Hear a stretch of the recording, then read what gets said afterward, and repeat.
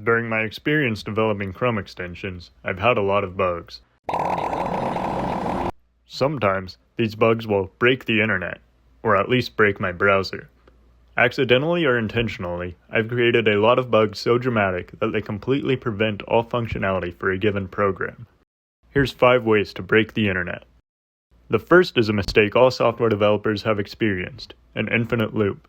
I've learned from painful experience that this is a really good way to jam up a page.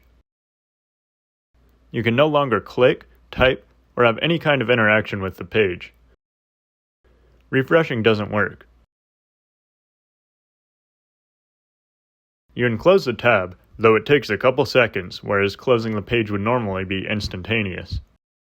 If an infinite loop is too mundane for you, a second way to break the internet is to create infinite alerts. This is another bug I've accidentally created, and it is a fun little way to evoke the feeling of Sisyphus, always pushing but getting nowhere.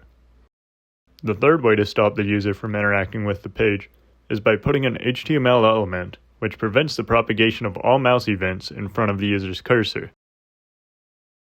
Another way to prevent the user from pressing any important buttons is to simply have their cursor delete everything it hovers over, evoking the Midas touch.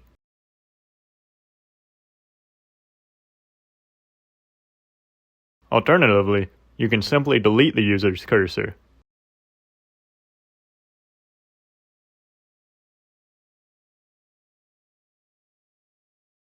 That's 5 ways to use a Chrome extension to break the internet, and if that's all too contrived for you, you can always just delete the whole page. If you want to experiment with ways to jam up your own browser, all of this video's code is in this GitHub repository, link in the description.